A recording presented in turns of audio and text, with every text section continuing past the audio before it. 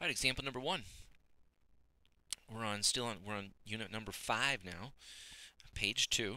And the last video we talked a little bit about what is work and how does one do work in terms of the eyes of a physicist. And we said that there's got to be a force, there's got to be movement, and the force and movement have to be in the same direction. That's what work was.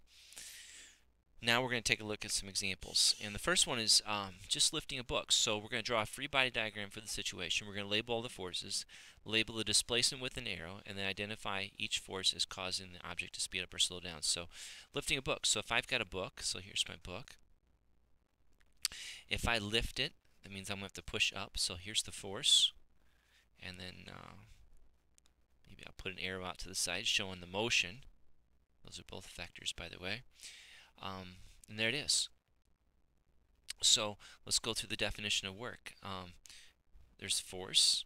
I'm making it move. And those two are in the same direction. So if those two are in the same direction, yes, there is work being done to that book. As a matter of fact, if I push up on that book, I'm going to cause it to speed up. Keep that in mind as we go through these. Okay, the next one, dropping a book. So if I have a book and I just let it fall, I just let it go, well, the force acting on it is down, so that's going to be F, and that's the force of, let's see, gravity, and then it's moving down, so there's the displacement.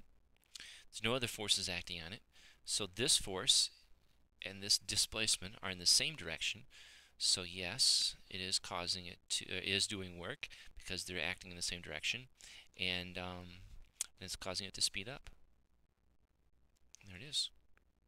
Let's go back over to this one. I think I need to clarify a few things because we missed a force. Let me move this yes up here. This is the force of U that you're pushing up, but there's actually gravity pulling down on it, just like there was gravity on this one. And so the question is gravity doing work on it? And let's go back to the definition back here. They must be, let's see, the force and the movement must be parallel to one another. So it doesn't have to be just in the same direction. I think I said that earlier. So let me go back and correct myself. They must be parallel. So this force and this distance, this displacement are parallel to one another. So this is a yes. However, it's going to cause it to slow down. So when you push up on a book, you're trying to make it speed up, and gravity's trying to cause it to slow down. In this one, gravity's trying to cause it to speed up because it's moving in the same direction. Let's look at the next one. Holding a book. Well, your force is up. This is U. Gravity's still pulling down it, but there's no movement.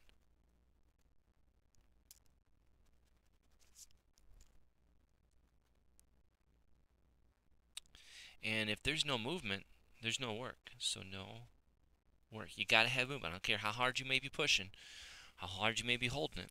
There is no movement, or there's no work. Okay, next one, carrying a book across the room at a constant velocity.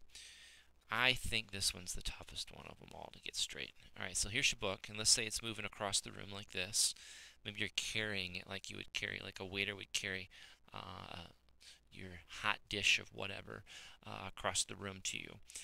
So the waiter's going to be pushing up. That's you, or the waiter. Let's see, the gravity is pulling down. But here's the thing on this. There's no force needed to make it move sideways. Once it's going, it's going to go on its own. Object of motion tends to stay in motion. Now, I'll admit, to get it going, you have to have a force, and to stop it, you have to have a force. But once you get it moving, once you get that book moving, you don't need a force to keep it moving sideways. All right, so those are the only two forces. The movement is to the right. Now, let's think about this. The force and the movement have to be parallel to one another. And when I look at this, they're not parallel to one another. They're perpendicular. If they're perpendicular, that means there is no work being done. That's another. I think this one was tough, like I said, and this one's difficult to get in your head. This one, there's no work because there's no movement. This one, there's no work because the force and the movement, they're all perpendicular to one another, and they have to be parallel. Some component has to be parallel. the next one, pushing a book along the ground with friction. So let's draw a book. Let's say that, let's make it fun. Let's say you're pushing at an angle. So this is you. We've got the normal force pushing up. We've got gravity pushing down.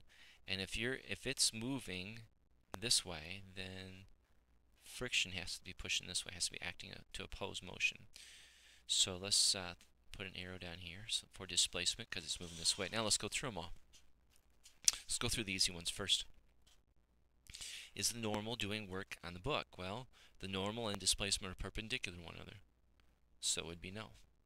Is gravity doing work to the book? And the answer would be no, because gravity and the movement are perpendicular. Is the force of friction doing work?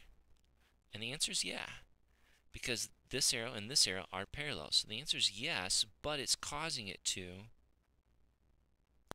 slow down. While you're causing it to speed up, it's causing it to slow down. Okay, the last one's a little bit more difficult. And the question is are you causing, or are you doing work on the book? And the answer is yes. And the reason for it is, you may, well, wait, those two are not parallel. How could they possibly be doing work if they're not parallel? Well, remember, this guy has a vertical component and a horizontal component. And that horizontal component is doing work. So I agree, not all of the force that you're doing, or not all the force that you're exerting is going into doing work, but some of it is. So the answer is yes, and it's causing it to speed up. All right, the last one, running at a constant velocity with friction. So here you are. I gotta try to draw a runner here. This is not going to be pretty. There we are. So we got the weight. We've got the normal. We've got friction pushing against you. So let's do it this way. So friction pushing against you, like air friction. And then the ground is pushing you forward. Remember, you push against the ground pushes you forward. You could also call that friction as well. I'll call it the force exerted by the ground on you. And then your movement is to the right, so that'd be displacement. So let's go through these. Well, anything that's perpendicular is going to be no. So there's no work done by the normal. There's no work done by the weight, because those are both perpendicular to the displacement. The ground is doing work on you, and it's causing you to speed up. So this one's a yes, and it's speed up. And then the friction is going to be a yes, and it's causing you to slow down because it's acting the opposite direction. And there's example number 1. When we get back, we'll talk about multiplying vectors, cross products, and dot products.